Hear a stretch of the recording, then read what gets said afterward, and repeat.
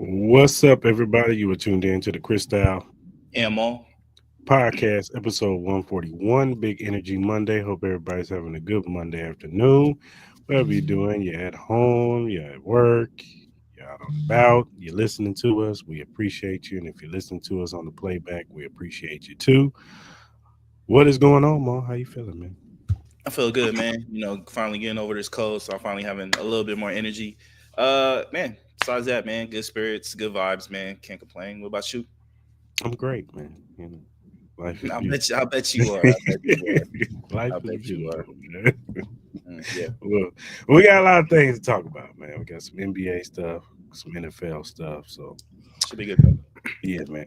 Let's get into it, man. Let's kick this off with the WNBA, man, because it was a huge trade that got lost in the shuffle because it was in between the NFL games and stuff.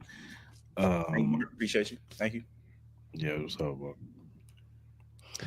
Where's it? Let's pull this up. So, this is the trade that went down last night. It was a three-way trade. Los Angeles Sparks get Kelsey Plum and the ninth overall pick in the 2025 WNBA draft from Seattle.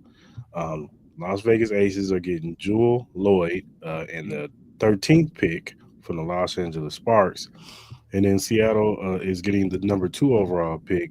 I'm not going to try to pronounce his lady's name. Lee Yuri. I think that's right. Whatever. Yeah, they get her and the number two overall pick from Los Angeles. So this was a huge trade. There were a little rumors out there here and there that there was talks of Kelsey Plum possibly getting moved. And then there was a big rumor of possibly Lloyd coming to the Aces after she said she wanted out of the Seattle. Yeah. So who do you think, how do you feel about these trades? Do you think everybody won in this trade? Do you feel like, one got the advantage over the other? How are you feeling? Well, let me start off by saying I want to thank Kelsey Plum for everything she's done for the organization with the Aces and giving giving us our first championship. Um, I'm gonna miss her beautiful soul. I'm gonna miss her, man. I was hoping I would run into her in Vegas one time, but looks like those days are over. Uh, so I definitely want to give her a shout out, man. She's definitely one of the more prominent roles. Us drafting her with one of our former first round picks, and I want to wish her nothing but success with the Sparks. Yeah. Um, I was surprised by this trade when this came across my screen. I was not expecting this. There was no kind of rumblings about this at all. Like you did hear little things in here and there, but I didn't think they were going to go through with this trade. Obviously, you kind of did hear things about maybe Kelsey Plum looking to move forward with her career and get out from underneath the limelight of Asia Wilson and Chelsea Gray and Jackie Young, and kind of solidify herself with having a more prominent role within another team. Even though I think her usage percentage wise is pretty high. I think she was like 25% or something like that, at least around that range. But as far as like overall who won the trade, I think this is a win for all three sides though. I think you get a Mhm. prominent scorer with Jewel Lloyd for the Aces to kind of replace Kelsey Plum. She's a bigger player, better defender. Obviously, when you look at statistically, they are a little bit better. But the one thing that I was surprised when I did look it up, that Kelsey Plum's stats are a little bit better than Jewel Lloyd's. Like Kelsey Plum really steps up in the playoffs. Obviously, we need Jewel Lloyd to obviously be better. She didn't really shoot the three ball pretty well last year, so I do expect her to have obviously a better 3 point percentage. Um, I do expect her to have a nice flow amongst the team as far as Mhm. like her arrangement, her usage percentage, her involvement with the team. I think she'll be fine. I still think the Aces do need another center to go along with Asia Wilson to help solidify that middle. I think that's when we played our best balls, when we had another. She's kind of like the AD of the league. Like we know that she's great. Like we know that she could play center position, but I think she's better at the four. And Mhm. you put her, and then you put somebody more at the center position. I think it just helps her become just even more of a great player. I.e., the same as like what AD. I think AD is the center that the Lakers are trying to get. Now, as far as like with the Sparks, I think this is really good. You know, you add her with Cameron Brink, the other young lady. I think she Rika Jackson. Rika Jackson. You know, I really like her pairing up with them. I think that would be a good young spot. You know, I mean, she could solidify that backcourt. I still think they need another piece in that backcourt. But yo, the Sparks could be one of the surprising teams next year. You know, if Brink can come back healthy and start off the year coming off that ACL. I think the Sparks have a legit shot of making the playoffs. Now, obviously, they Mm. still got to figure out a couple more pieces, but I like what the Sparks did. And Seattle, I'm not really familiar with Lee's game, but I did read a report where they did position themselves just in case if Paige Buchers doesn't want to go to Dallas, that they could potentially trade up one more spot to get her and put her in Seattle. So, you know, that could just give them add another piece for that. But overall, man, I think it's good for all three of these teams. I really don't have a problem with any of it. I'm curious to see what other moves correspond after this big time trade. I did also report that this was kind of holding up everybody else, kind of like making moves and stuff like that. So I am very curious to see what goes on after this. But overall, I don't think any of these teams should feel like they got slighted or didn't make a good move. I think this is a smart move on all parts. Yeah, I agree with you. I'm gonna agree with you. I think the Sparks they needed a point guard for that team to be who could score, but could also who could facilitate.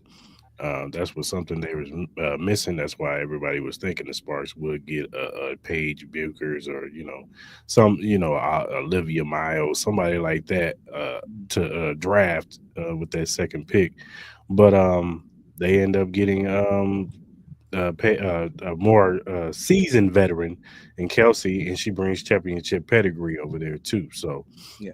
that's something that's going to be an upgrade for her. The Aces, they got Drew Lloyd. She, what she represents. She could shoot. She could score. And you add that to this Aces team, and I think it was time for it to blow up the championship team anyway. Sometimes you just need some new energy in the building. I think that team that was trying to go for the three-peat, you can see how hard it is for basketball teams, teams to go for a three-peat. It just the energy wasn't the same with this team going for their third championship. Injuries had a lot to do with that too, but it just it was just different. It just seemed like it was harder. Yeah. Whereas in the first two championships, it just seemed like everything was just like flow. Yeah. Everybody was on one accord. It just seemed like everybody was having fun. The Hmm. Aces didn't look like they had fun last year. They just Nah, didn't. nah, they went through. Yeah. So sometimes you just gotta shake your roster up a little bit. So I think that she's gonna bring some new energy into this team. And as far as Seattle goes, you get the number two pick. Like I said, I'm not familiar with the young lady that they drafted for. I don't know if she's what position. Do you know what position she plays? I could look it up while you talk. Let me look it up. But I'm not familiar with her game. But as far as the number two pick, now you have options. You know what I'm saying? Like you said, if they want to trade up to get Page, they can go get Page, or they can get a really good player in that second pick. So I think everybody won, and we really won't know who really won until probably a couple years from now. More so, Vegas and Sparks, we could learn next year if they won the trades or not. So As far Lee, sorry to cut you off, but Lee Yeah, Yuri, she's a center playing out of okay, China. She okay, averaged 14.8 points per game, 8.3 rebounds per game on 78% field goal percentage. So that's pretty impressive. so they got somebody that can be pretty much a center for them. Yeah, I'm pretty for sure they needed that too. pair her Um, with Cameron Brink. yeah, That's a nice one too. Yeah. yeah. So but yeah, shout out to everybody involved, and shout out to the Aces, man, making moves, man, and trying to go for a championship this year, Ticket man. prices went up. Ticket prices went up. Go get Brittany Griner and let's go. Yeah, either yeah, I wouldn't mind Brittany Griner or what's her name, Sabuli or whatever her name Yeah, is. I wouldn't mind yeah. her too. But yeah, man, shout out to everybody, man. Kelsey, I will miss you. Good luck in LA. Uh-huh. Good luck in LA, boo. This fool talking about boo. Shut up. All right, man. Let's talk about some of these NFL hires, man. Yeah, Your Raiders yeah. have hired Pete Carroll. I saw him coming into the office today with what's his name? John Spytek. John Spytek. Spytek. Yeah. Tampa Bay. Okay. Yep. Looked like a young guy. Mhm. Brought him in to be the GM. They went into their offices, I think, today. Mhm. I'm pretty sure you'll have a press conference probably tomorrow. No, they actually had it today. I watched it What did before I came on. Yeah. they talked? Okay, cool, cool, cool. Brian Schottenheimer to the Dallas Cowboys. Jerry Jones, he kind of did kind of a press release, not really a press release. It was kind of like a media dump where he pretty much introduced Brian Schottenheimer as his head coach. Mhm. That'll be interesting to see how that rolls. A lot of people are thinking that Brian Schottenheimer's going to be a lame duck coach because it's the Cowboys and it's Jerry Jones. We shall see. Um, Leon, what's his name? Leon Cohen. And Uh, Cohen. Yep. yeah, he was introduced Yeah. today for Jacksonville. I know Aaron Glenn had his press for the Jets today, um, and the only spot that's left is the Saints, right? Yeah. I think I don't know what they're waiting for. Just go ahead and hire Mark McCarthy. We all know what that answer is going to be. But Oh, that's he's the leading candidate. yeah, from what I've heard, he is the leading candidate to get that job because it was mainly either him or Aaron Glenn. But I know they're doing a couple more interviews. Hmm. But I was watching Adam Schefter on Pat McAfee. He was kind of he would be kind of surprised if it's not McCarthy. Oh, okay. But yeah, man. Shout out to these people. Shout out to these hires, and we'll see if these coaches work out. But you're the Raider fan. How are you feeling about Pete Carroll as your head coach? Look, man, I'm not gonna sugarcoat it. When he first got hired, I wasn't the most enthusiastic. Like, look, I know Pete Carroll is a great head coach. It was more the age that was a little worrisome for me. Um, because at the end of the day, we all know it's kind of I want to call him a stopgap, but he's kind of like he needs to create the culture, and then we need to have like kind of like somebody to pass the baton on. But Hmm. I'm gonna be honest, man. After watching the press conference, man, I'm more hyped. Honestly, they got me again. They got me again. Look, man. You could tell like Pete Carroll has a lot of knowledge to the game. Just some of the Right. things that he was kind of talking about, it was kind of like a breath of fresh air. Like, no offense to AP or Josh McDaniels or any of the other guys that were previously a part of this regime, or even the John Gruden. It was just a breath of fresh air for me. You could tell the excitement. You could tell the love that he gets from all of his former players. Marshawn Lynch was in there. It was great to see Max Crosby was at the press conference. So I think that's a really great sign for us that you could tell he's still committed to this organization. I think he has a lot of promise with the hire as well. So I am truly excited. I'm excited to see what Pete Carroll does. I'm excited to see what kind of program he can build, what kind of culture he can build amongst this Raider team.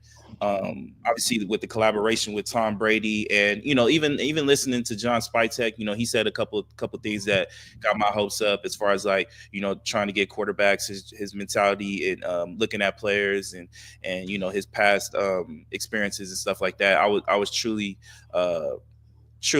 enthralled by what he was kind of saying. So, and then Pete Carroll just making the statement. He made it really clear. He just kept repeating that him and Spytek are going to be a collaborative effort. Him and Tom Brady as well. So it'll be great to have a couple great minds in there to kind of steer this in the right direction. I loved everything that I heard, so I'm pretty excited. So I'm back into being hooked now. Obviously, we got to get through this draft process and free agency and kind of look at the outlook of our team, in May, and we can go from there. But overall, so far, I am truly excited. I wish everybody, all the parties involved, a great. Hopefully, we have a great time and a great experience while they are here, and we can finally start bringing in a winning culture into this franchise because this is long overdue. So I was truly ecstatic by what I hear on the press conference with that. As far as like the other teams, like the Cowboys, I don't know what they're doing. I know, like, no offense to Schottenheimer, but I know he's worked hard to get to this position. You know what I mean? I know he was kind of like the hot commodity years ago, and he got bypassed, and he just kind of got stuck in this position. I know a lot of Cowboys fans aren't excited, but you got to give him a fair shot, I guess. You know what I mean? It may not be the candidate that you want. You may not be excited about how the process went with Jerry Jones, but Jerry Jones is Jerry Jones, and it's just something you're gonna have to live with as long as he's there. So I'm kind of curious to see how that goes. as I said again, I know we talked about it earlier with Aaron Glenn and all that.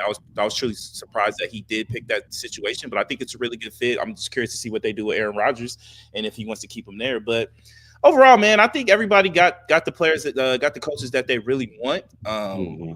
Obviously, we're still waiting on the Saints job. I'm also curious to see what OC we get. There's a couple names out there. Obviously, the surprise and fire Bobby Slowick from the Texans. Everybody was pretty shocked about that. I wouldn't be surprised if the Raiders or any other team, calls him just to see what's up and go from there. So overall, but with my team, I'm ecstatic. After the press conference, I'm ecstatic. They pulled you in, huh? They got me. Pete Carroll did it. So, you know what I mean? What can I say, man? I'm just, I gotta have hope somewhere, man. You know what I mean? Like, it is what it is. But hey, Mhm. Raiders, let's go. Let's do it. Listen, as much as it makes me happy to see your organization struggle, Yeah. I'm happy to see a smile on your face, man, because you're making me worried, man. He's over here down and shit. It's not the Hey, same ball. hey, nah, man, for real, man. It's been a real struggle for me in this sports world. Even my Lakers are actually looking very promising these last couple. They I just don't know. beat Boston, didn't they? Yeah, we smoked Boston. You know what I mean? We got Vando back. You know what I mean? We'll talk about basketball probably more here on Wednesday and stuff like that. I ain't gonna go too much into it, but we got Vando back. I'm really excited, man. So maybe the sports guys finally heard me. I cussed at them enough. Maybe they just got tired of hearing my voice. Maybe he got tired of me just ranting on this show. I don't know what it is, but it's starting to slowly go my way. But it's only been a week. Usually they give me a week and then they pull the rug on me, like that Charlie Brown scene with the football. So what I mean? Hopefully this can stay consistent, but I'm in good spirits right now, so I can't complain. Look, man, it's all the thing about your Raiders, man. It's gonna be all about the coordinators that y'all bring in because those are gonna be the coaches in waiting. Whoever they pick on offense or defense, that's gonna be your coach in waiting. And is that guy gonna be ready when peak is peak? He's 73. He's got well maybe the contract he might play out, and then About three after or four that, years, so yeah, then about the length of it, yeah. we'll see. But yeah, your coaching waiting is gonna have to be somebody who's gonna have to be a superstar. If it's Bobby Slowick, then you bring Bobby Slowick in because we've seen what he did with CJ Stroud. I was very surprised that they got rid of him. I don't Mhm. think it was all on him. I don't think Yes, so. I get it. I think I get it. He's an offensive coordinator, but you don't have one great year. And then you have the year wasn't great, but I mean, he lost two of his weapons And the in offensive the line offense. In the was offensive line, the interior offensive line wasn't good. Now maybe they thought, oh, his schemes got figured out or whatever, but please get a man another year to build on. Now he's a new offensive coordinator at that, so he's learning too. So at the end of the day, I think they should have gave him another chance. So I think he would be a good hire for you guys. Whatever young or whatever quarterback you would bring in, I think he could, build an offense around there. And then your defensive coordinator is going to have to be somebody that people, you know what I'm saying, is going to have to bring it. You know what I'm saying? So I think it's all about his coaching staff, really. That's what it comes down to. And then, of course, the quarterback. Now, if you go get, I don't know, the Russell Wilson thing, I personally think that's just. I don't think there's no validity to that I don't because think there is no their validity. breakup was too like, and I'm not saying that players can't and coaches can't make up, but their breakup was too busy. Like it was too tumultuous for them to get back together. Like I there agree. was a reason why Pete Carroll got rid of him. I agree. Like he's like, yeah, I don't see it in him. Oh, y'all want Russell to cook? I'm gonna show you what he does when he cooks. So, Mhm. um, I will say this: your running game is gonna be better. I do Your too. run game is definitely going to be better with Pete I think we Carroll. definitely draft a running back this year. Oh, In of the draft. I course. think we definitely do. Yeah, your running game with Brock Bowers, with Jacoby Myers, and then you add one more wide receiver. Whether the rumors are true, maybe you get a DK Metcalf, which makes sense because of Pete Carroll. Mhm. Um, Talked about Godwin. I heard Godwin. yeah, Chris Godwin, who's not bad either. His injury history is a little Yeah, I would scary. be a little worried about that. Yeah. Yeah, it's a little. I wouldn't give him no big deal. Maybe you give him a 1 year deal, whatever, to bring him in, but he's probably gonna look for some money. Um, but it's just gonna depend. Like I said, it's gonna depend on his staff. It's gonna depend on what quarterback you get. If y'all go get Gino, maybe Seattle's done with Seattle with Gino. You know what I'm saying? I don't know, but we'll see. Like I said, it's gonna be all about the staff and the quarterback you guys get. And if you can get that right, then and look, the AFC West ain't gonna get no easier. You know what I'm saying? With No, Sean Payton, what he's doing with the Broncos, they're gonna add pieces. They're definitely gonna have to add some receivers over there. Same thing with the Chargers, and then the Chiefs. Will add some pieces or whatever in the offseason. And this division might be the best division next 2 years, if no, not like already. I agree. Like at the end, I'm not asking Pete Carroll to win us a Super Bowl. Maybe gets to it. Maybe gets to one or two playoff appearances. I'm not even expecting that next year, but I really want him to just give us a foundation to where we're a respectable organization where like a Ben John like the next Ben Johnson would want to take this job. You know what I'm saying? Hmm. Because I think we're an organization that is pillar to be great. Like I think we're in a great spot as far as like where we're located at. I think this is a great free agency spot. I think this is a team that a lot of people could want to be a part of. You know what I mean? If we could just establish that we can have some semblance of being a top organization that knows what they're doing. If we can do that, I think sky's the limit for this Raiders organization, man. And I think a lot of teams wouldn't want that. But we gotta prove it to ourselves first. We gotta prove it to they gotta prove it to this fan base, and then if they could do that, then they can prove it to the rest of the league, and then we can get it going. We do have a couple pieces that are on this team that are ultra talented. Like we might have the best tight end in the league.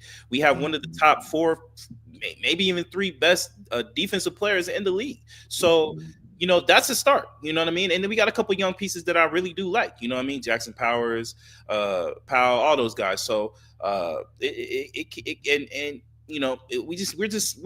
we have a lot of holes that need to be filled, but at the same time, I feel like if we could just get some of these key spots, man, we could potentially slide in as maybe a seventh seed in a playoff these next 2 years. You never know. So exciting times. But I said it's a wait and see approach with this team. I'm excited with the energy that Pete Carroll can bring. Yeah, for sure, for sure. All right, man. Let's talk about the NBA a little bit. The All Star rosters have been announced.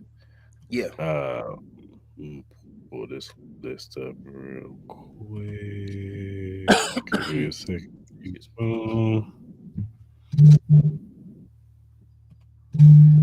me a second. Where you at? Where you at? Right there. There you go. All right. So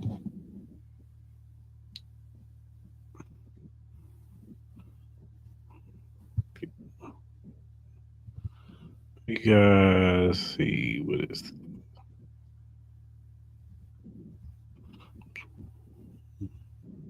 everything was to mess up right now, of course.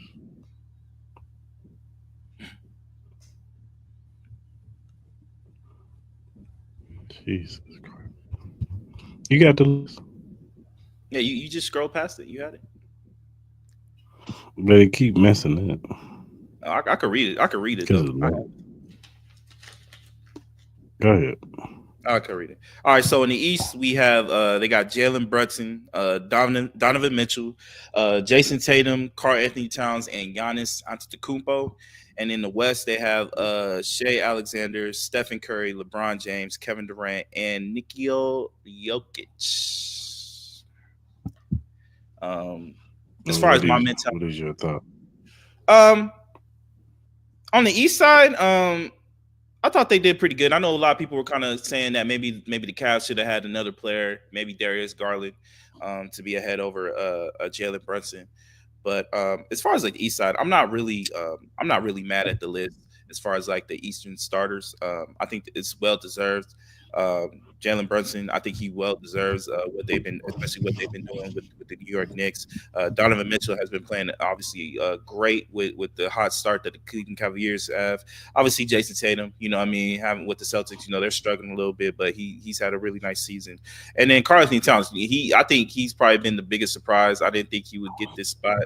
Um, I thought he would play good, but not as well as he has started with the Knicks. They started clicking really soon, so I was really surprised. And then obviously Giannis is like a given. We all know he's gonna probably make this until he gets into his later stages. But on the Hmm. West side, I think there's more questions on the West side. Like I was surprised Stephen Curry made it.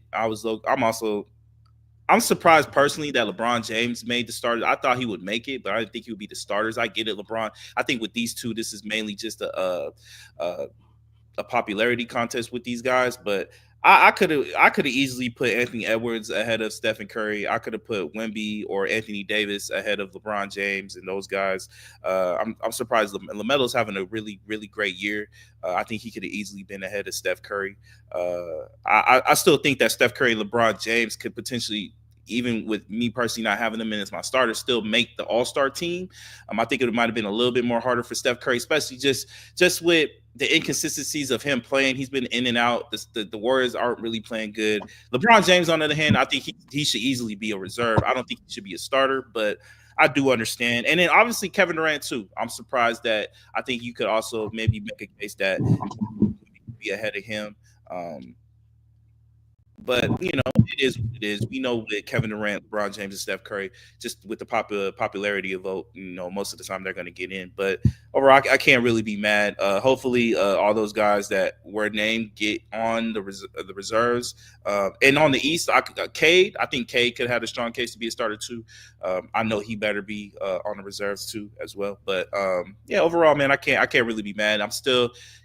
I still got to get readjusted to this new system that they're going to have with the multiple teams and this kind of like mini style All Star tournament that they're going to have. So we got to see how that. Well, how many teams is it? Four? I think it's a total of 4 teams. It's a total of 4 teams, but one of the teams is going to be the winner from the Rising Stars Challenge.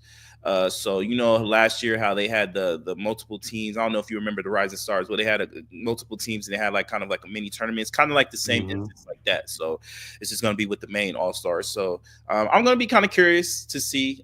They also announced the dunk contest. It seems like our boy Mac McGlunn is going to get his chance for to defend his crown that he did last year. So I'm excited to see him and what he can create with this All Star with the dunk contest. But again, with this All Star game, man, it's gonna be curious to see how that goes, man. I'm curious to see how the teams get laid out as well, and how that the picking of the teams goes. Yeah, they weren't gonna lead no LeBron James out, no I know, KD and but I'm just Steph. saying, reality. I don't think they deserve to be starters though. Not this They year. probably don't, but but LeBron wouldn't show up. Well, shit. What? I think I it's ain't say that. crazy. I think it's crazy that the rumors are that LeBron and his son denied they turned down the opportunity to do the Rising Stars challenge, which I'm like, why? Like, why wouldn't you do that? I think that would have been a great thing That is that is for the both of them. biggest. That is my biggest knock on LeBron James is that he is allergic to All Star Weekend. I don't know what it is about All Star Weekend. I don't know if he's I'm talking about the festivities, all the contests. I don't know what it is about these contests. I don't know if his PR people are telling him not to do it. He did us a disservice never doing a dunk contest. Well, he All lied the about great, that. He yeah, lied because he yeah. said he was going to do it when it was supposed to come to Dallas, but then he never did it. And then Mm. I don't know. Sorry to cut you off. And then on top of that, what makes me mad is that you got your son who won't even do the rookie sophomore game. Like all the greats have done the rookie sophomore game. Like there's a lot of people who don't even think you deserve to even be in the league, and then for you to sit here and say you don't want to do the rookie sophomore game, my brother, like what are we doing, bro? Come on, Hell, do the dunk contest. I think I like with LeBron, I don't care anymore. Like it's over. But Bronny, like you should do the rookie sophomore game, bro. If they're Yeah. inviting you to do the rookie sophomore game, especially with a player who doesn't even play, if they're still inviting you to do the rookie sophomore game, brother, you go do that. You go do that and you go play in that. You're not Mhm. injured, you're not hurt. You just scored 30 points in your G League game. And you looked really good. You looked really good. If they invite you to that shit, you go do that. You're not your dad, my brother. Like you go accept that. Like I think that was probably if anything that Bronny has done, I've been very supportive of Bronny. I think that's the one thing that I think he should regret. I think he should change his mind and accept that opportunity to play in the rookie sophomore game. Yeah, I You agree. only get one opportunity to play in that, once or twice opportunity to play in that game, and you're lucky you even get an opportunity to do it because You haven't even done anything in the league. You don't really don't even deserve that. Yeah, I don't get it with these All Star games. And why LeBron and now he got his son doing this crap. It's like, come on, man. Like, Nah, for real, for real. I don't get it. it'd be one thing if Bronny was like a star and he was a coveted first round pick and whatever, But even whatnot. then, it's just like But still, yeah, it's he's like still there. all the great rookies and sophomores. They play the game. They've played the Hmm. game. You know what I mean? LeBron is like one of the first like high elite superstars who had like the dunking capabilities that people were fascinated that did never did the dunk contest. You know what I mean? I think Zion is like the next one. I don't think he never did it, but like you had the greats like Michael Jordan, Dr. J, Kobe Bryant, Clyde Drexler, Sean Kemp.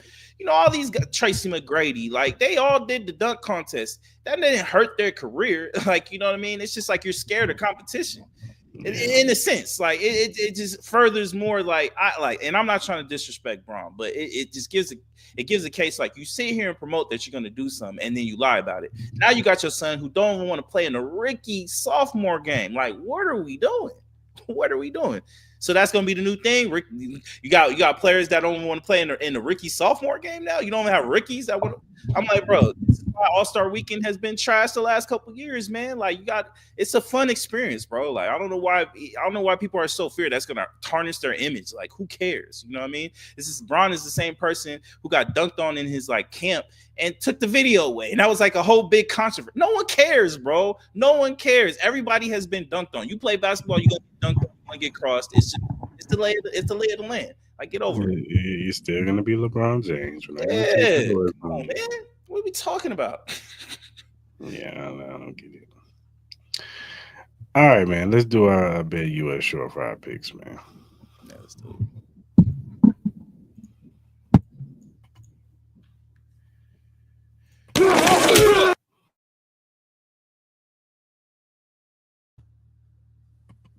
What you got? it. All right, let me see. Let me see.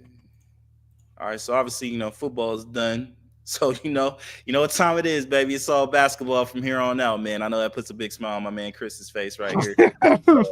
Yeah, you already know what's up. So, for tonight, I'm gonna take the Detroit Pistons plus 11. I think they've been playing really good ball. Obviously, they had a bad loss a couple nights ago, but I'm gonna take them with the points. I think Cavs should still win that game. I'm gonna take with the points. I'm gonna take the Lakers -5 against the Hornets. Lakers have been really good, especially on the defensive side. I do really, really like that. I'm gonna take the Knicks money line over the Grizzlies. I really like that. They're playing at home, and then I'm gonna take the Boston Celtics -6 over against the Rockets. I know the Boston Celtics haven't been playing really good, but I do expect them to have a bounce back game after that embarrassing loss against the Lakers. So those are my picks for tonight. Yeah, I like the Pistons plus 11 against the who they play again? Right, Who? Pistons. They played Knicks. The, they play the Knicks tonight. Yeah, they played Knicks tonight. No, no, my bad. Cavs. I'm sorry, Cavs. I thought. I'm taking the plus 11 on the Pistons on the Cavs. I'm taking your Lakers -5 over who y'all playing tonight? Hornets. Hornets. Sorry. Then I got Orlando -1.5 over to go. All my technology is just messing up today. I just had it. Let me get the Knicks -3.5 over the Grizzlies. Let me get the Rockets +6 against the Boston Celtics. Okay. Oh, Joe, you ain't shit. What happened? I said Joe ain't shit. Oh my god! Don't worry, I'll get to y'all. Real quick. All right, man. If you go to any of our social media uh, platforms, you'll see the Bet US link. Click on it. Sign up. This is first time users only. You click on it. You put in the promo code join 125. You get 125% sign in bonus plus 10% gamblers insurance. That's three risk-free bets on your first three deposits.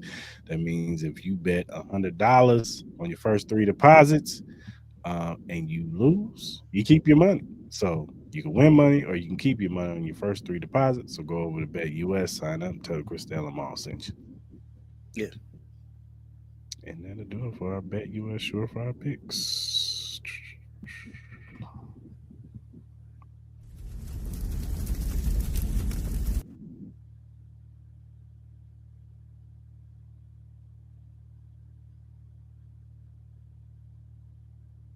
All right, man. Matthew Stafford traded, and where could he go? Where is this coming from? Did you hear rumors? Yeah. So I forgot who I don't know if it was I know it was like PFF or somebody. They're talking about there may be a potential where Matthew Stafford could get traded, obviously because of the situation with his contract. Obviously, there have been reports that he is going to consider what he's going to do in the future. I think this is his last year. I think he's due like 20 something mil. So obviously, he would probably want to re up if he's going to stay with the Rams and continues his career, or maybe they might potentially think about moving forward. So I just thought it would be a great question. Like, if Matthew Stafford were to get traded, where do you think he could possibly go? What best fits could you see him doing if he doesn't retire? Uh, man, that's difficult. I mean, obviously, your Raiders will come to mind. Yes. Yeah. If you guys want that stopgap guy, and you're not sure if you want to trade up to go get a, or you don't know if Shador will drop to you. I don't think he drops to you guys. I think he doesn't get past the Giants. Mhm. Um, and then maybe you draft a quarterback in the second or third round, or Jackson Dart, or somebody else, and make him be the heir apparent to uh, Stafford, or maybe you wait till the following year. Um, and then let's see, Raiders. I don't think everybody needs a quarterback. I don't know after that. I would say I wouldn't sleep on the Giants. I wouldn't sleep on it. I think they would consider it based on how they may feel about their team. Like, if they feel like their team could make a playoff push and make it in the playoffs with a Matthew Stafford, I think they would consider it.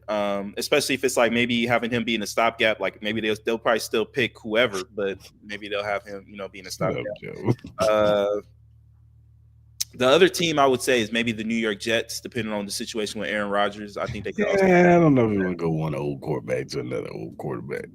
Yeah, but it's a different scenario though, because Matthew Stafford isn't like that egotistical maniac that Aaron Rodgers is. True. Um, I would probably trust Matthew Stafford a little bit more. I know they probably want to, especially with that team they got. They still have like a win now type of roster, so I think that would be a strong consideration.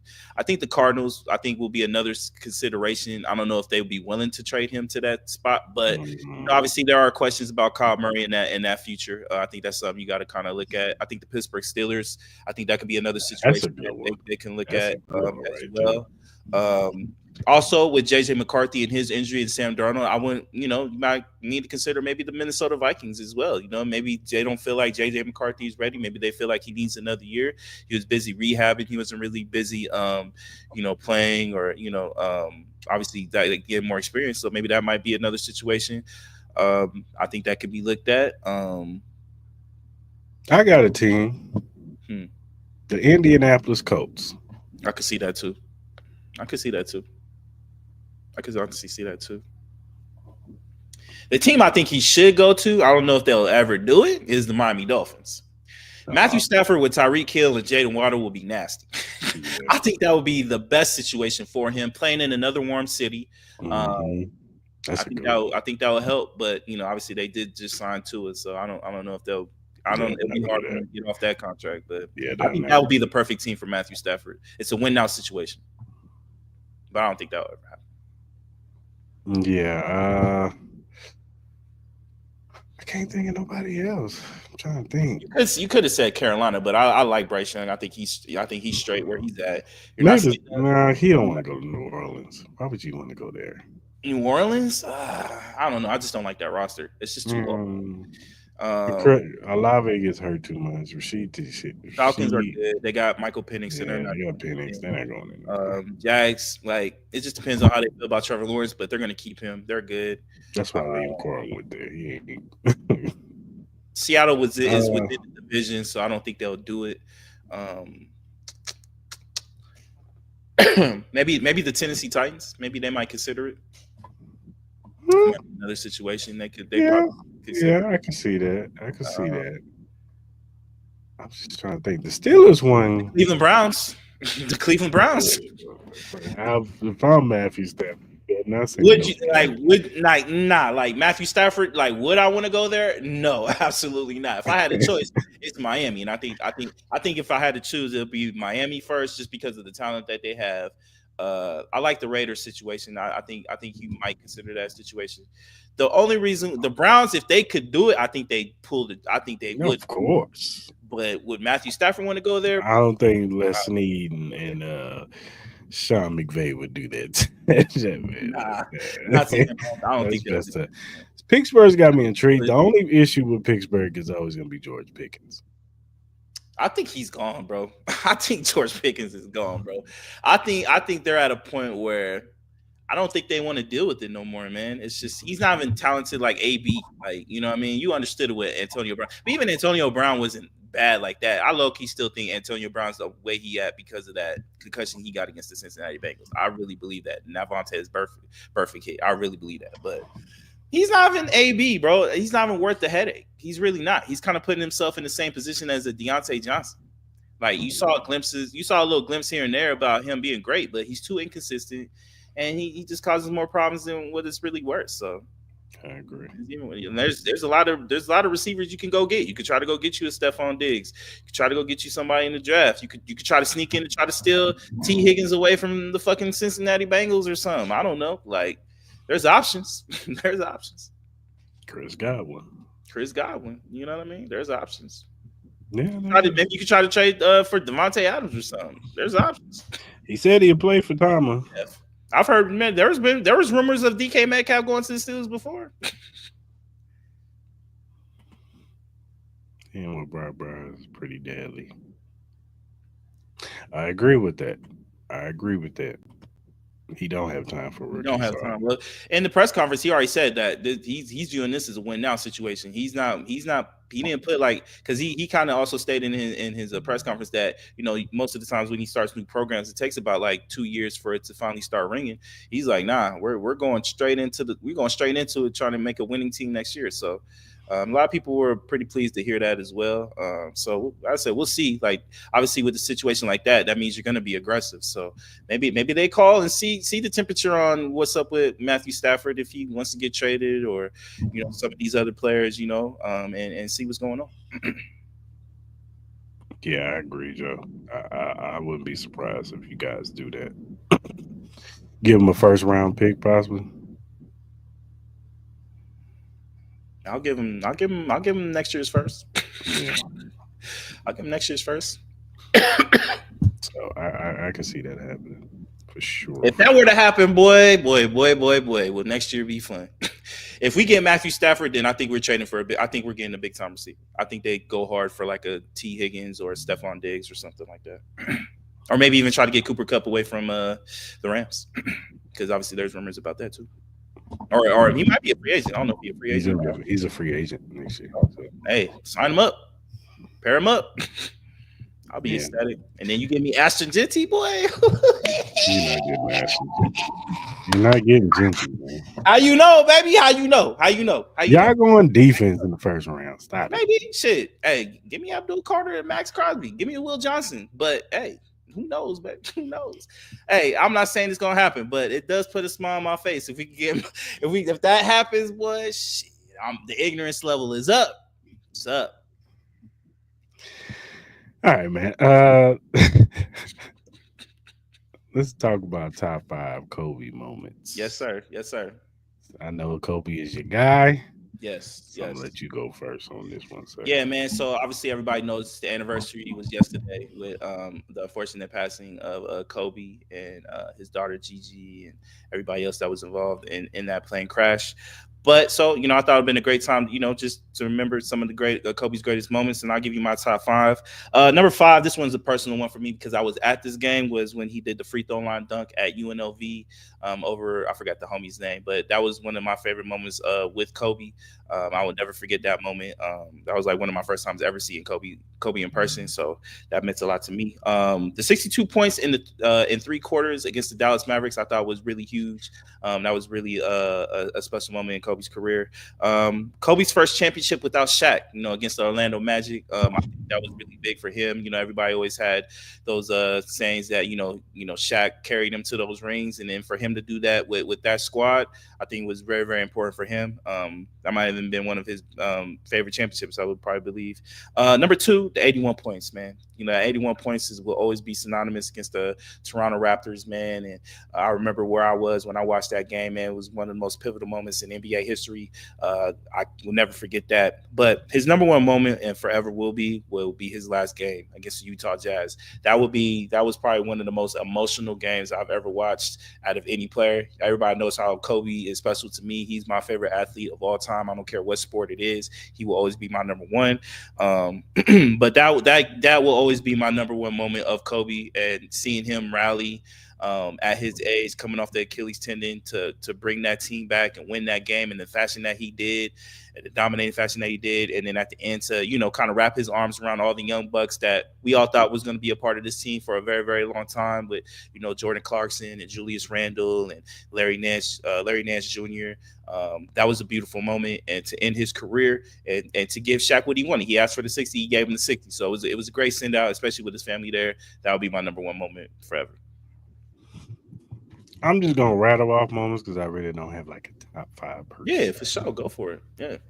So one of the moments is when he ran over Paul Gasol in the Olympics. Yep. Yep. Remember that. Yep. That was his teammate, but he was like, I don't give a damn. We in the Mm-hmm. Olympics, baby. We about to run y'all fools over. Mm-hmm. And that redeemed team was key because of him. He was the Yeah. glue. Every all the from LeBron to Carmelo to D Wade, everybody that was on that squad looked up to Kobe, and he was the leader. He was the elder statesman on there, and I think that team also made Kobe more uh, relatable Yeah. once he came back from that, because Kobe always came off as like, I'm over here, y'all over here. I don't really kick it. I'm in the hotel, y'all outside. But I felt like that when he left once the Olympic game was over, he was more relatable. People liked Kobe a lot more after that Olympics game. Uh, I'm gonna go with the. Hold on, I'm trying to pull these up. we got more. We got breaking news, so we'll talk about What, that here in a little bit. what breaking news for who? Jimmy Butler. He got traded. No. Oh, God, man. No. How about Kobe four straight 50-point games? Yes. Yes. One of his most emotional 2007. times of his career. Yeah. He played for his freedom in that. Mm-hmm. The alley oop to Shaq Yes. in the Against Portland. 2000 Western Conference. Yep, finals. Yeah, yeah. Mm-hmm. The one-legged three-pointer game winner in 2000. I think it was 2009 Mm-hmm. against the Heat. Yeah. The 81 points, of course. You got to talk about that. Mm-hmm. And then, of course, like you said, Kobe's final game. Yeah. So Another there's game that was really great too was against the Trailblazers. He hit those two big threes, one to send into overtime, and one to win the game. So that was another really, really big moment as well. yeah, for sure, for sure. Hey man, shout out to the 42 people watching. Yeah, yeah. Appreciate y'all. You want to get to the breaking news? I'll read it. Yeah, go ahead, man. All right. So breaking news. The Miami Heat are suspending Jimmy Butler indefinitely. Uh, the reason why Jimmy Butler walked out of Heat shoot around this morning after being informed the team is planning not to start him anymore, with Haywood Highsmith starting moving forward. So he is now suspended indefinitely because of that situation. What is your reaction to And this? just trade that man. Damn. Tired of the Heat and this Jimmy Butler crap. Yeah, Let the man. man go. He don't Yeah, want to man. be there.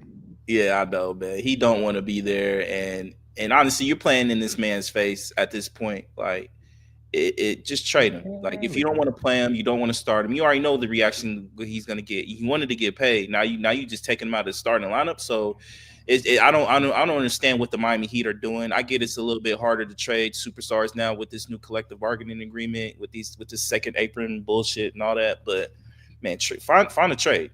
Just find somewhere where he can go at this particular time. Like honestly, the Miami Heat are just devaluing his the asking price for Jimmy Butler. It's just making it harder. And I'm not taking Jimmy Butler out of this. He has a lot of blame in this too. But the Miami Heat aren't helping themselves. Like you be better off to play him and kind of keep his first round pick stats. But why would I want to give up a first round pick for Jimmy Butler right now? I wouldn't want to do it.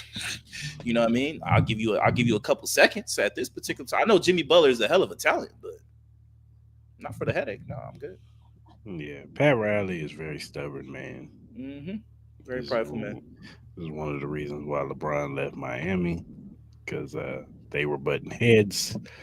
Hmm. So yeah, I don't know. Pat sucks. He's stuck in his ways. The old man who he's had a lot of success, and I get it. Pat Riley's probably one of the greatest coaches of all time. Probably one of the greatest executives of all time too. 100%. So, Yeah. so you can't talk about his acumen and what he's brought to the sport of basketball. Like he's one of the greats. But just trade the man, Pat. Let him go, Pat. Trade deadline's next. I think Wednesday, the 6th. When was the 6th? Wednesday. What's your Yeah. percentage of him getting traded? I think it has to be high at this point. It has to be high. Like there's no other way around it. He has to get traded. You can't just suspend him and just you cannot have him still on that team. Even though you suspended him indefinitely, like you cannot just You're have him basically suspended for the rest of the season. and just send him like just let him just chill. Hmm. Nah, Pat Petty some, I like don't I don't I don't even, that. I don't think the Players Association will allow that to happen. They'll just be like, yo, trade him. Like there's nah, because now this you're taking all his money away. Like he wants to play. It's not like he wasn't at shoot around. He showed up to shoot around. You just told him he wasn't starting. So yeah, it's getting ugly. They need to just go ahead and just dead it as quick as possible. Find somebody that's willing to give you the pieces that you can get and just make the trade and go on from there. I think he Yeah. should strongly reconsider of not going to Memphis though. I don't know why he don't want to go to Memphis, but he should strongly reconsider that. I don't know why he don't want to go to Memphis. I don't know. I don't know if he hate Ja. I don't know. What's up. Maybe he hate Glorilla music. I don't know. What gorilla? What does gorilla got to do with him going to I Memphis? don't know, man. I don't know. Maybe they had a fling or something back in the day. Something happened. Oh, now he's spreading rumors over Threatening lives and shit. there. He's spreading rumors. Maul with You know to play with in Memphis, boy. Memphis ain't no joke, but they don't play out there. no, they don't. All right, man. Let's recap the NFC and AFC championship games over the weekend on Sunday. Yeah, man. Let's do Uh, Give y'all the Jalen Hurts. That's what y'all been waiting for, huh? hmm? Nothing. I'm just talking shit. What?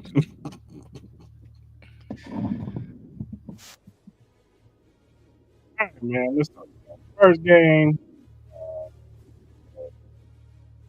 Eagles and Philly. This game, yes, Saquon is great, and they deserve all. And that defense, they were good. But the name of this game is turnovers.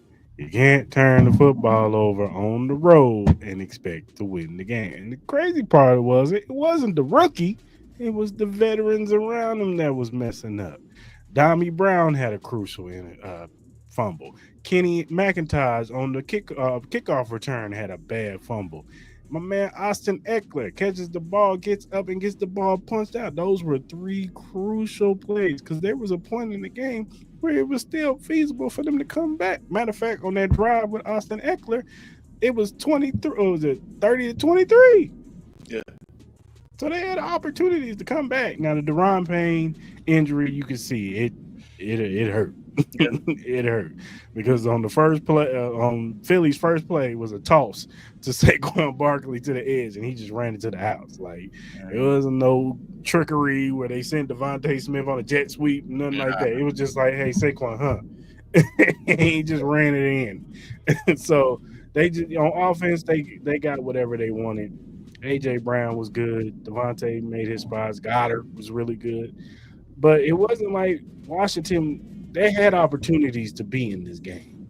They just shot themselves in the foot way too many times. And shout out to Philly, they capitalized on it. Because the interception, he was trying to let Terry McLaurin make a play, and Quentin Mitchell just high pointed the ball better than Terry McLaurin. That's what Yeah. that was. So, Yeah. but hey, man, shout out to Philly. They deserve to be here. And like we said, we got to put respect on Nick Sirianni. This is two Super Bowls he's been to in the 3 seasons, 3 seasons, 3, 4 seasons that he's been the head coach. So, got to put respect on the dude's name. So, um, shout out to Jalen Hurts and them. And hey, they're off to the Super Bowl. Yeah, man. Like Jaden Daniels played a really good game. I'm gonna Yeah. really say it. He played a really good game, man. Like as you said, everybody around him kind of just they did not help him at all. You know what I mean? I thought he played a stellar game. I thought he played a good enough game to win that game. As you said, it was still close when a couple turnovers. I thought the biggest one was that McIntosh one. Yeah. I thought that kind of killed it because Yeah. and the Eagles were able to go down, get the score, and then they got the ball in the second half. So I kind of killed all momentum. I know they tried to come back, but we all knew it was kind of done after that. So um, but I think they'll be great. Obviously, you can tell that a couple of those injuries didn't help. Marshawn Lattimore didn't really help his case at He all. was getting cooked. He was goddamn game, and then he got his hot tempered self ended up Mhm. more yards and a couple points as well. So that it didn't really look good for him. You know what I mean? Especially some of the assets that they gave up for him in the trade. So he needs to get it together, man. So, but I think the Commanders will be fine as long as you got Jaden Daniels. They'll be good. Obviously, I think they need a couple more weapons on both sides of Mhm. the ball, but I think they'll be fine. They'll be competing for that division. As far as the Eagles, though, you could just tell they were just a more talented team, man. Yeah. I think as far as like who was all left. I think we all could agree they're probably the most talented team as far as the talent wise that is left, even with your Chiefs. Like they just got a slew of talent all across that field. Even with some of the injuries that they do have, like there's rumors that Graham is potentially going to come back with his torn biceps or something for the Super Bowl. So that's another person that they're going to be able to come back. Hopefully, if he can. They still had injuries with their centers. Both of their centers was hurt, and they were still able to dominate with that offensive line. Saquon Barkley's just it's a damn shame what the Giants did with his earlier careers, bro. Yeah. Because Oh. Saquon Barkley could have had even a better career than what he has had if he was on just a more competent team. So Mhm. you just see what he does, man. He he's probably the best running back in the league, man. He's probably Right gonna now, he is. he's He's the probably best. him and Best Derrick Henry possible. probably might be the last two running backs that have a legit shot to make the Hall of Fame. Yeah. Let's call it a spade. So and then they still didn't even get Devontae Smith involved. You had AJ Brown finally wake up. You still got Dallas Goddard, like you still got Kenneth Gainwell. And then Jalen Hurts looked really good. And He and did. and then he proved to everybody that knee injury was nothing at all because he was out there looking like the Running old. around.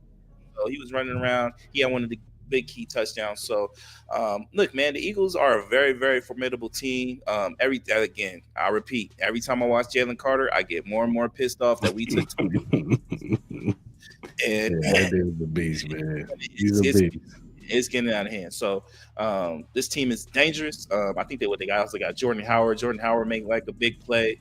Jordan Uh, Davis. Yeah, Jordan yeah, Davis, Jordan Howard, Jordan Davis. He made like a big sack yeah. He on did. Jaden Daniels that got a key stop for them. So this team is amazing, man. Quentin Mitchell, Cooper DeJean, Blankenship, like they Mhm. they got a squad, bro. It's gonna be tough, man. And then Dan Telling Orlovsky you. did a great mention on just how much they swarm the ball, how many Eagles players are around each Mhm.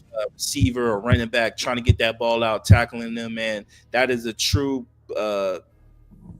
that's a true defensive team, man. And you could just see how great they are on both sides of the ball. It's gonna be interesting.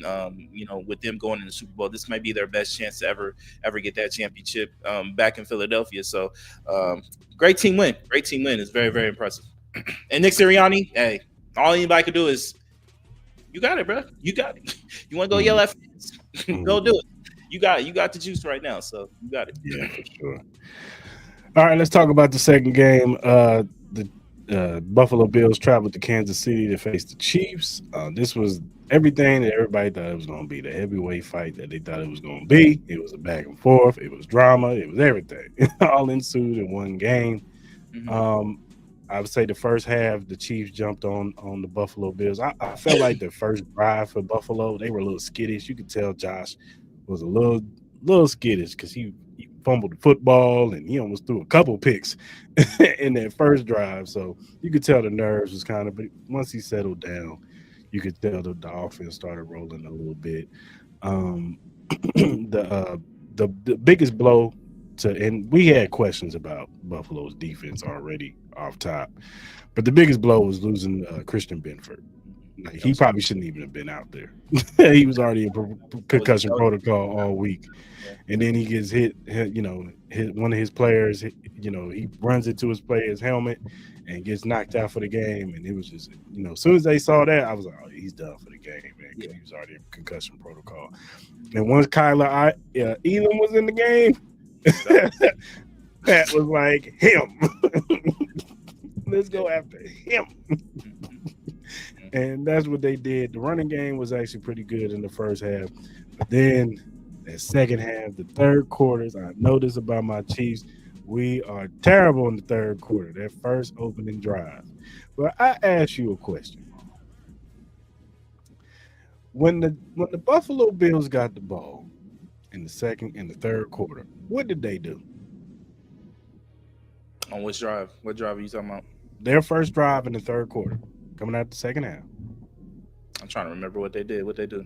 Run the football with James Cook. They did. Man, they did. And they had success. They ran it right down Kansas City and Hmm. scored on that drive. Hmm.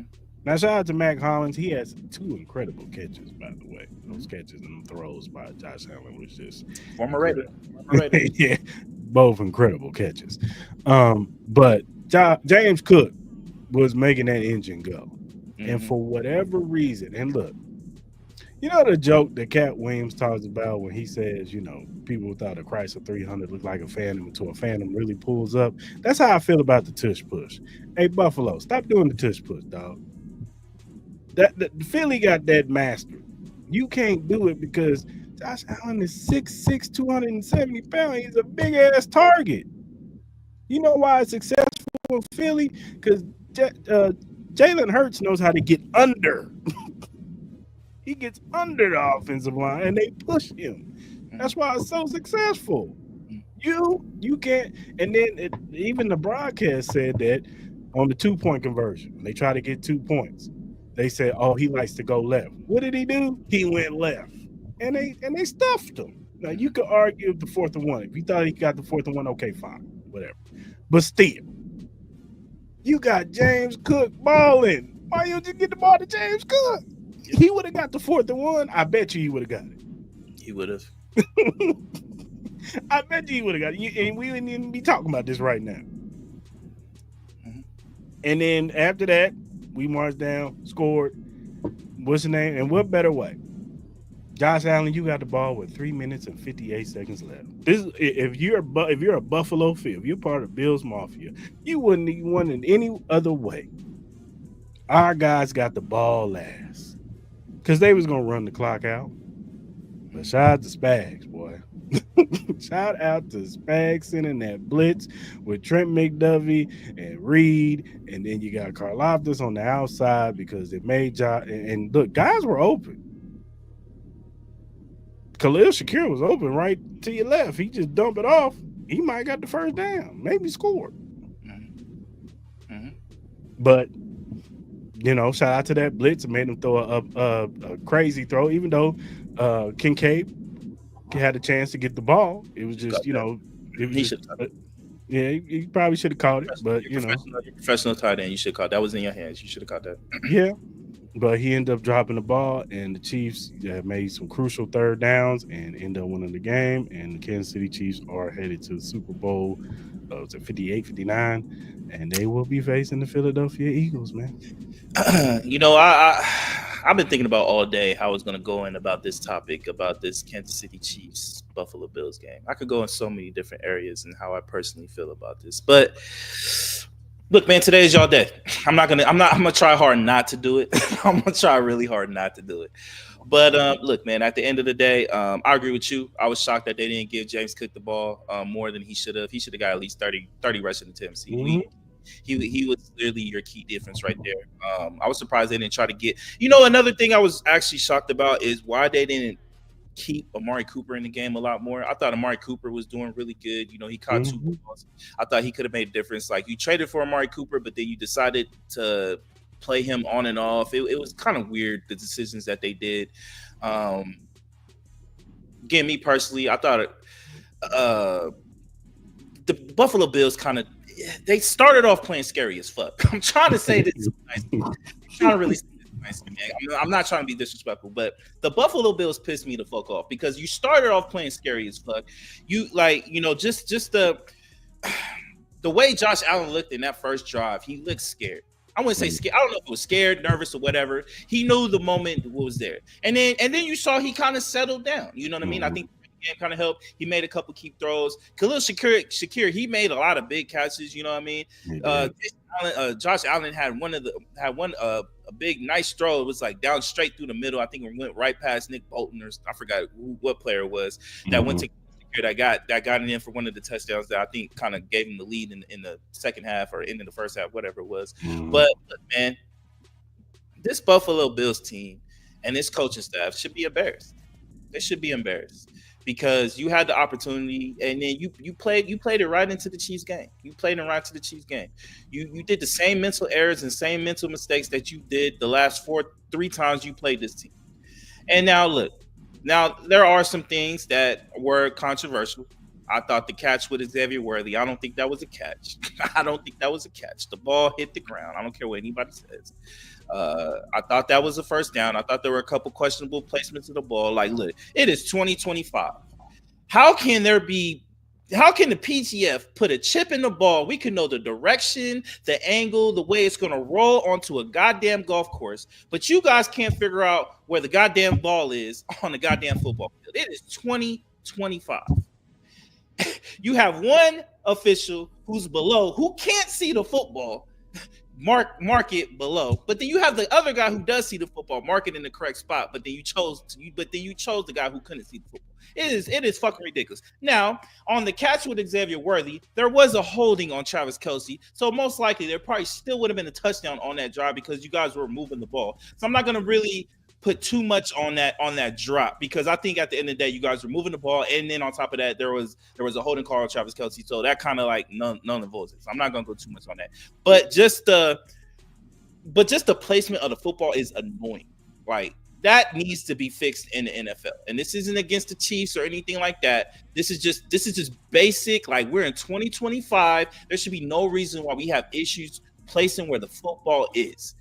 I personally think that was a first down. I don't know how anybody does not see that was not a first down. Now, do I think that leads to win? Hell, I don't fucking know. But they were driving. They were up 22-21. If they would have went up on got another touchdown score, who knows where that game goes? You know what I mean? Because that stop ends up getting the Patrick Mahomes run into the end zone, and that kind of changes the whole momentum of the game. Yes, they did get the touchdown with Curtis Samuel to end up tying the game, but I knew at the end of the day the Chiefs were going to find a fucking way to win that goddamn game, even though the Bills got a key stop. And yeah, they still had a chance to win it. But again, I'm personally at a point where I really strongly think that the Buffalo Bills should strongly consider moving on to a different coach. Now, you're going to ask me, well, what coach is going to be better than Sean McDermott? Motherfucker, I don't know. But at this point, I don't think Sean McDermott can get them over the hump. I really don't believe that.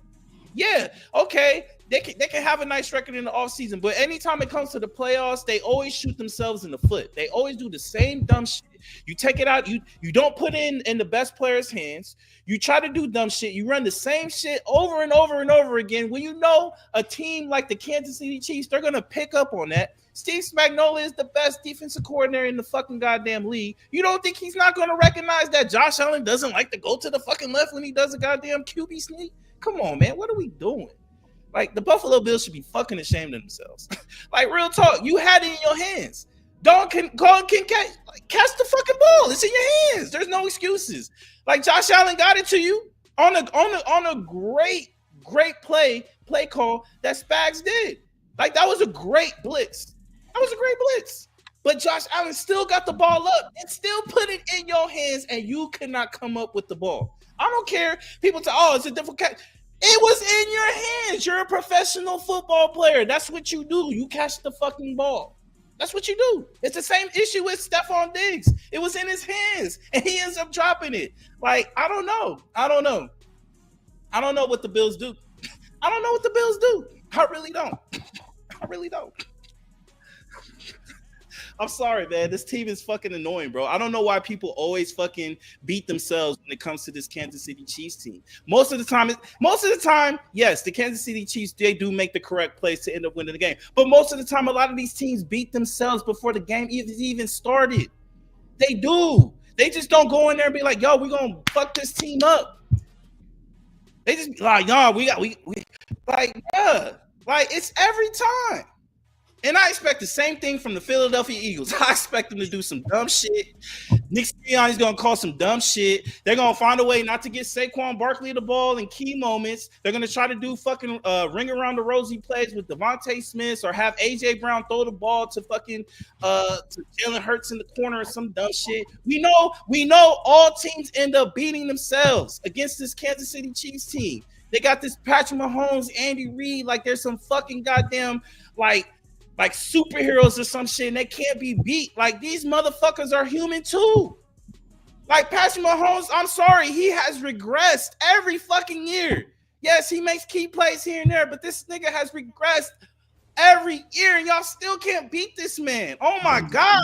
I'm not rocking with the regress, but yes, he has. Look at his numbers. They fucking regressed. He hasn't regressed. Whatever.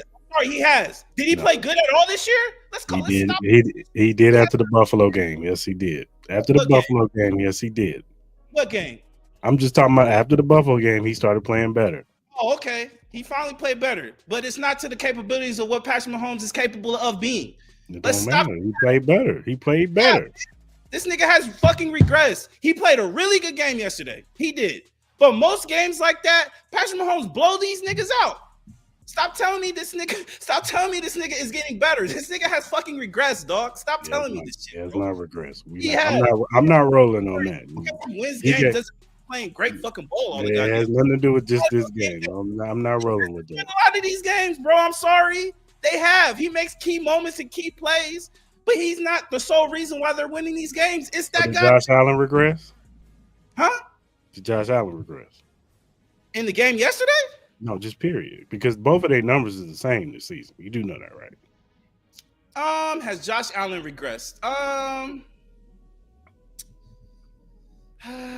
don't know, because he does a lot more with his feet than Patrick Mahomes does. So he kind of like balanced itself out in a sense. I'm saying Patrick Mahomes, I don't know. It's just inconsistent play with him. It's inconsistent play. You can't even say that, dog. I think it is. In the first half, yes. I was in the first half of the season, he did. For sure. But even in some of these playoff games, it's not like he's doing, like I said, he makes a lot of big key moment and key plays where, like, driving wise, yeah, it's good. Like, you know what I'm saying? Like, he looks amazing. He does. But I've seen better from Patrick Mahomes. I really have. Like, he still looks really good. And even when I say he's regressed, he's still playing better than a lot of these other motherfuckers. So don't get it twisted. I'm not saying like this motherfucker's regressed to Brock Purdy levels. I'm talking about to what Patrick Mahomes is capable of. And you know I hate this motherfucker. You know I hate him. I can't stand his talk. I can't wait to say he talks. I can't wait to say he does everything. Relax. Life. I can't stand it. I can't stand it no more. I'm tired of seeing y'all win. I'm sorry. Every Chiefs fan in here, Mark, Kareem, all y'all. Hey, I like all y'all. I do. Chris is my brother. I like all y'all, bro. But I'm so tired of seeing, like, it's ridiculous, bro. I'm over this shit, bro. I have no excitement to watch the Super Bowl. I'm only excited to watch Kendrick Lamar. I have no instance to watch the Super Bowl. I really don't. You're going to have a good time watching the Super Bowl. I'm going to be drunk. And I'm going to be eating free food. But besides that, I have no interest watching the Super Bowl. I could care less because at the end of the day, we all know what's going to happen. I saw Boog already talking about he booked his goddamn hotel room for the goddamn parade because we all know what's going to happen. The Eagles are going to do some dumb shit. The Chiefs are going to find a way to win, and it's over. It's over. Congratulations, you got your three-peat. You got your three-peat. Sorry. I think you're trying to jinx us, man. I don't trust you. I'm not. I'm really not. I'm really not, bro. What I have no dog in the race, brother. Like, yeah, we are rivals. Do I want to see y'all lose? Absolutely. But what's the reality of it, man? What's the reality of it, bro? It's over. It's over. Saquon Barkley got to go for like 250. 250. You think he gonna run like that against the Kansas City Chiefs? I don't know. Maybe James Cook did it, but the way James Cook did, I don't know, brother. For some reason, they're not gonna give Saquon Barkley the 20 touches that he needs. They're gonna make Jalen Hurts throw the ball 50 times because he played last night, and they're gonna think, oh yeah, we can throw the ball 50 times and win this game. You know what's gonna happen? They lose 35-32 to the Kansas City Chiefs because they end up turning the ball over on some dumb shit. You know it. I know it. The world knows it. No one's excited. Congratulations, Kareem. Congratulations, Mark. Congratulations, Chris. Congratulations, all Chiefs fans. You guys are going to be 3-time Super Bowl champions in a row. First time ever. You guys got your greatest dynasty of all time. It's over, man. It's over. It's over. It's over. There's nothing to watch. There's nothing to watch. I love how the whole timeline was against us. I loved it. One day you'll have that feeling when you're the villain of the NFL. I know it's like being a Laker fan. I know it's like. That's true. I enjoy it. Why do people hate y'all so much? What do the Lakers do there? The players that we want, trades, and then championships and stuff like that. I guess it's like the Yankees and shit. Everybody hate the Yankees because they just go out there. They look like the Dodgers right now. Like literally, I think the NBA conspires against the Lakers because the same players that they try to trade for, they be asking for like 4 first-round picks, but then they'll go ahead and trade it to the goddamn Hawks for like a 2 second rounds. Like, what? Come on, man. What did you feel?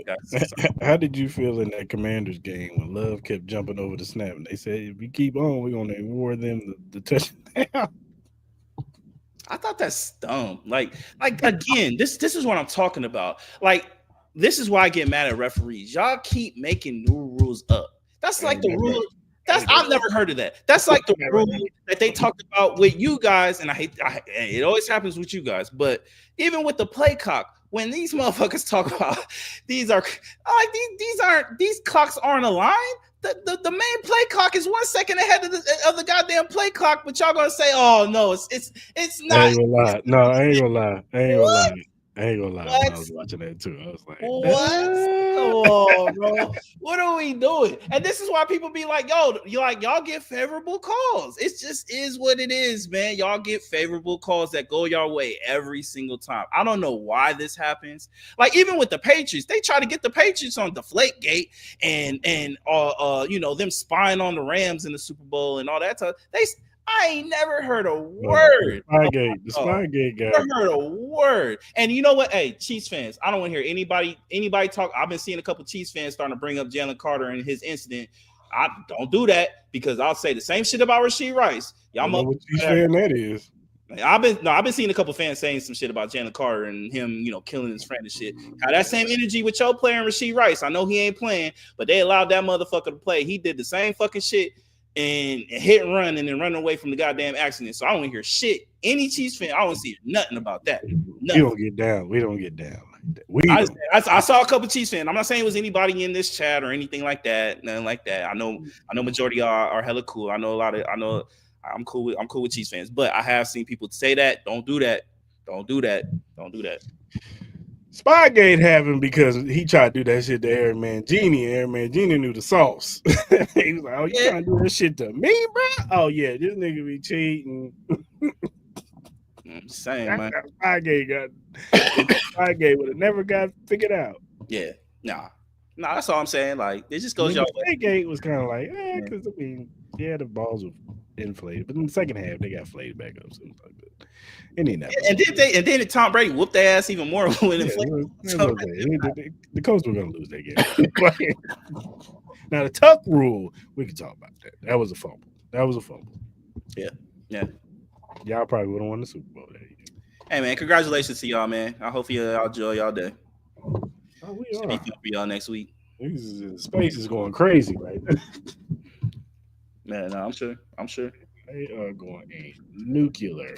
All right, so let me ask you, everybody in the chat, y'all can answer too. That are Chiefs fans. So what's y'all confidence level? Obviously, y'all saw how the Eagles played. Y'all know the talent that's on that team. What's y'all confidence level going up against the Eagles? Um, look, I don't think this Eagles team is better than the Eagles teams from a couple years ago. You don't think so? I don't. Jalen Carter, He's a beast, but you and gotta they have remember better, that. and they have, and they have better corners too. They got way better corners than we I did. will give you that. Their Yeah, corner, way better what corners. they got at corner is their secondary is better than that team, but I thought their defensive line on that, even though Jalen Carter is great, but they had 70 sacks that year. Like they had dudes in double digit sacks. That whole like it was like 5 or 6 guys with double digit sacks on that Eagles team. So Yeah, I think Jalen Carter is the engine. Like Josh Sweat is good, but you know what I'm saying? Like you know what I'm saying? He's good. Nolan Smith is good. But I thought with Hassan Reddick, he had Fletcher Cox, I think, Brandon Graham, like and that well, you Sweat. get you possibly getting Brandon Graham back. Like That's what I'm saying. Like Sweat and all might them, try to they do were that. good. Now Yeah. the secondaries were where I'm looking at. Like, yeah, stay away from Quentin Mitchell. Yeah, stay away from Quentin Mitchell. It'd be interesting to see who he guards. I don't know if he guards I Travis think he's on Kelsey. Xavier. I think he's on Xavier Worthy. I He think so. probably is. He I think probably he's is. So which been means Xavier. Hollywood is going to be essential in this game. Hollywood and I think you need Kelsey, Travis bro. Kelsey. I really think you need Kelsey. You need Kelsey. Kelsey and Hollywood are going to be essential in this game. Um, and then defensively, we got to figure out a way to contain because there's no way you can stop Saquon. He's just too good. He's just too good. So who's on Devontae Smith? Obviously, I would assume McDuffie's on AJ. Yeah, you would probably put him on. It probably have to be Jalen Watson. How do you feel about that? Um, I don't know. Honestly, yeah, yeah, you probably put Jalen Watson on there. It's going. It's not going to be. I mean, it's going to be. It's. I love Jalen Watson. I think he makes our secondary 10 times better than what it is. I'm scared they're going to put Najee Johnson on him, and then it's going to be food. Mhm, mhm. I'd rather have Joshua Williams on him. I don't care. I know he gets a couple penalties. I'll take the holding penalties for Joshua Williams than him. Than what's the name getting cooked and Mhm. be a 60-yard bomb down the field for a touchdown. Um, but the person that really makes me more nervous is Goddard because we have not done good against tight ends this year. And Yeah, that middle of that field, Spags gonna have to fix that. Breed and yeah. This is Cook has not been good this year. this is why I think this Eagles team is way better than the team y'all face because the addition of Saquon Barkley just opens up that Yeah, offense and offensively they're better. and then Offensively they are better.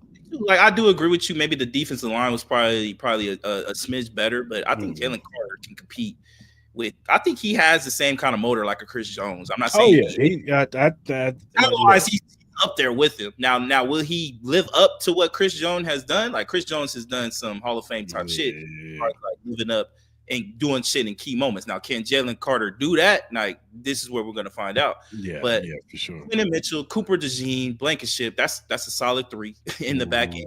Now the middle linebacker position now with Bond is good. Zach he's Bond good. is He's good. He's really good, especially with what's my man's name? Nakobe Dean. Him hmm being out, like that was a blow, That was a but blow. That was a it was a blow. blow, but with way Braun looked yesterday, that kind of like eased off a little bit. If you can get Brandon Graham back, I think that'd be a plus. I think the key with the Eagles right now is just the health of their centers. I think that is a plus. They need one of Oh, those guys yeah, because if one of those guys aren't healthy, you got Chris Jones in that middle.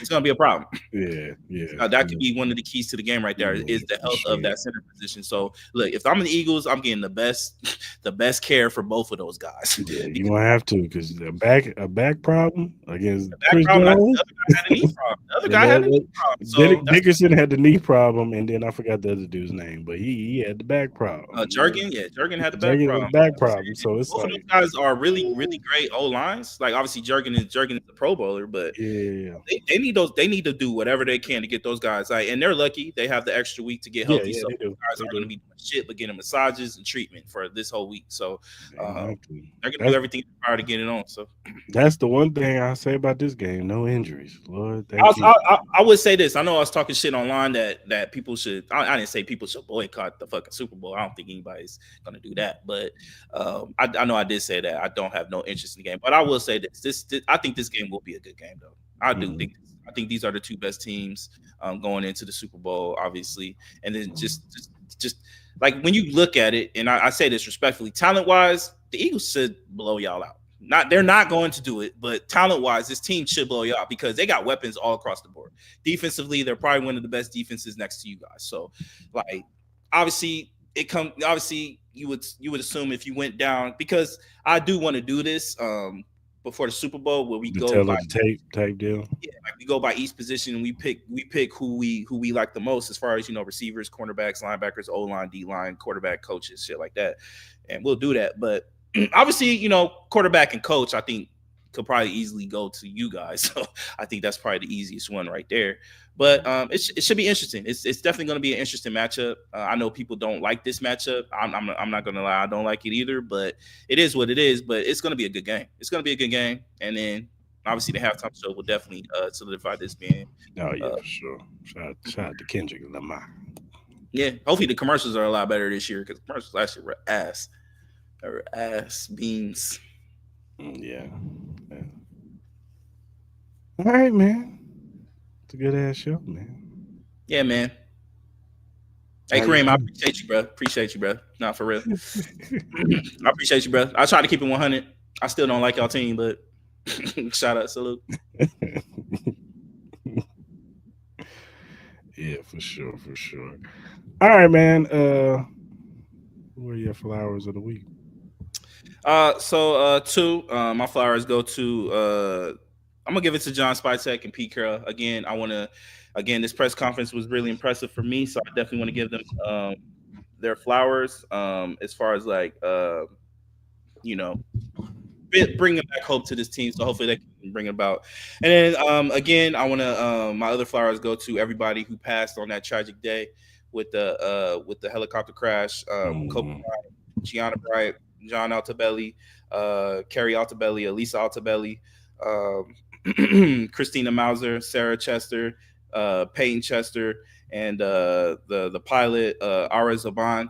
So rest in peace to everybody. It was a tragic day years ago, and memories, prayers, and to their families, to all their families, and everybody who supported Kobe and Gigi. Yeah, for sure. Well deserved. Uh, since you giving props to your football team, I gotta give flowers to my football team. You know what I'm saying? We in Go the for it, man. You deserve it. we You deserve we it. in You our earned third straight Super Bowl. You know what I'm it. saying? Yeah, yeah. If you get it, if you took a time machine and told 12, 13-year-old Chris your team is gonna be a dynasty one day, I'd laughed in your damn face. Would Mm-hmm. never believed you. But here Mm-hmm. we are, baby. You're back Yeah. in the Super Bowl. Patrick Mahomes, Andy Reid, I love you, man. You the best. Oh, man, this era can't end soon to death, boy. What are you talking about, man? Just give him love. I said this era can't end soon enough. Oh no, This he only man, 29, man. He only 29. he getting older. Try sooner or later he gonna have to do this without Kelsey and Might be next year. It might be next year. But yeah, those are that's my flowers. Right? Oh, I also want to give a flowers to tragically DJ People don't know who oh DJ yeah, is. yeah, yeah. He Nah, yeah, passed away. He was only 42 years old. So I just yeah, want to give him his flowers, his yeah, family, my condolences to his family. yeah. Um, sad to see, what I'm saying, a young man like that pass away. I'm 42, so that No, that's like that was wow. tragic. you know, you see somebody that's your peer, almost like your age, and you pass away, and They say how he um, passed. I didn't see how he passed, but man, it's just when you see stuff like that on your timeline, it brings you back to where you were at, when his music was at. What I'm saying, you'd be in the clubs bumping his music or whatever in the car. So my condolences and prayers to his family. He definitely gets flowers of the Nah, yeah, week. man. This again, I don't know how Unc passed, but again, my brothers, make sure y'all go get checked up. Make sure y'all do y'all daily. Make sure y'all keep y'all right, y'all body, your health, your mental is right, man. For real, life is too short, man. We dying younger and younger, bro. Yes, sir.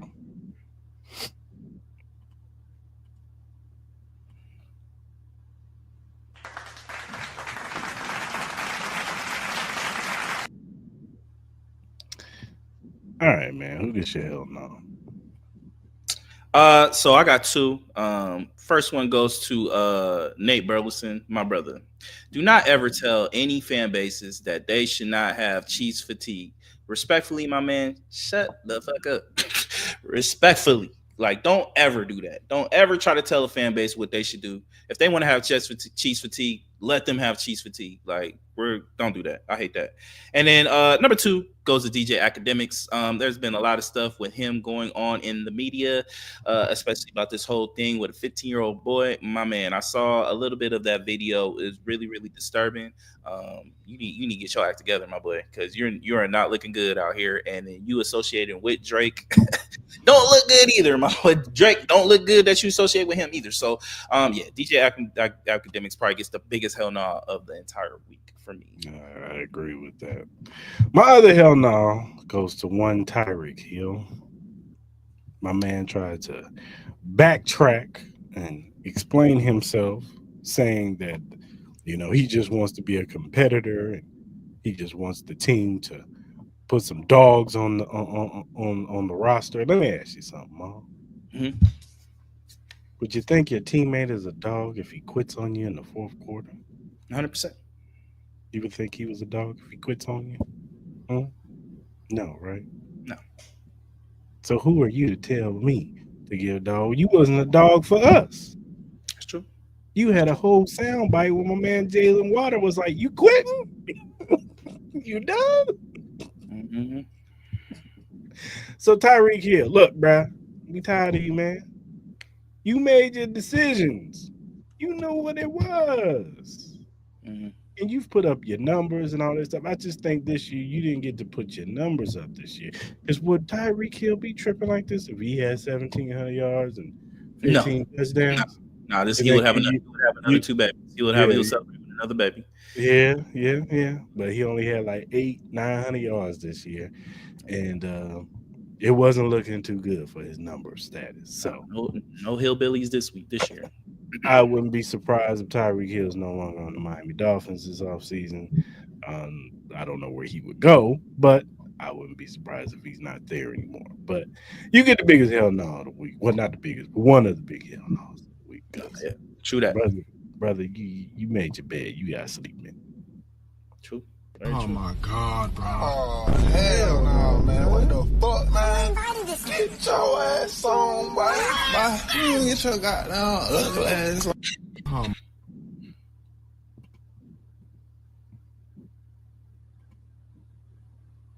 We jokes, man. My niggas already clowned on Liam Cohen's press conference. Well, what did he say? Just the way he was acting.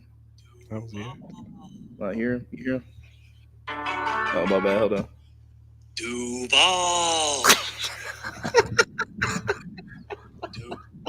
Yo, somebody put 0 and 17 already. Yo, 0 and 17, it's over.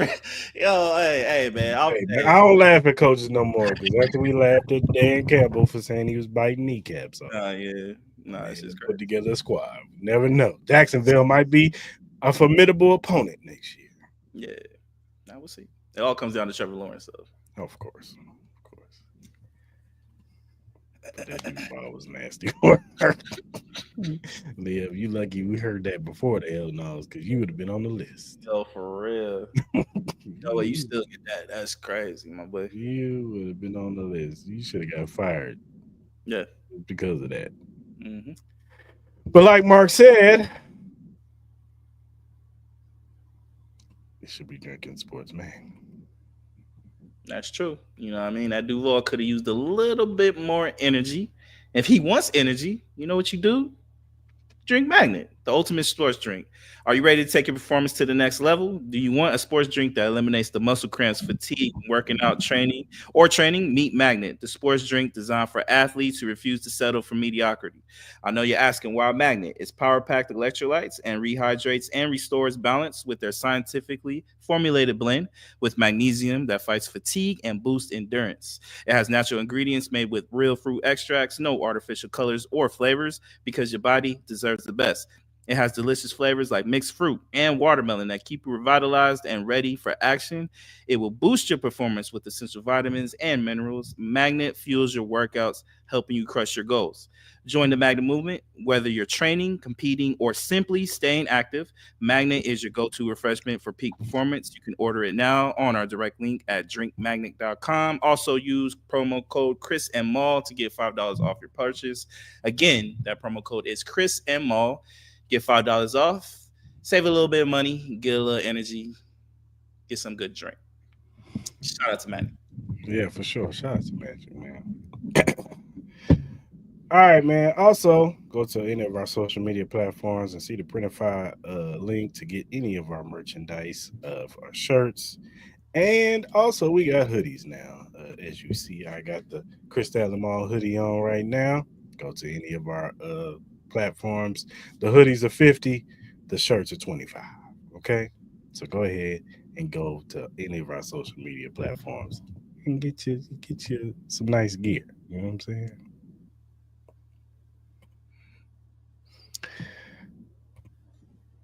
And if you want to donate to the Crystal Mall podcast, you could donate to Crystal Mall podcast, our cash app.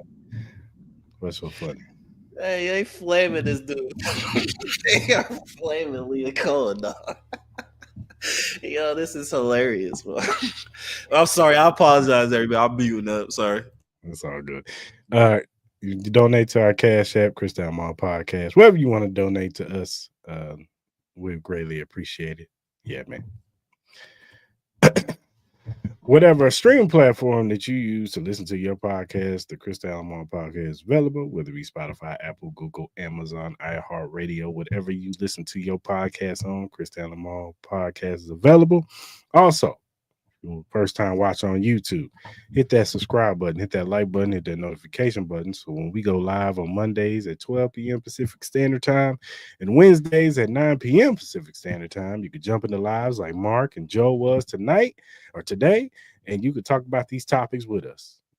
We want to hear from you people. We want to get your opinion too, even if we don't, or even if we don't agree with it, even if you don't agree with us.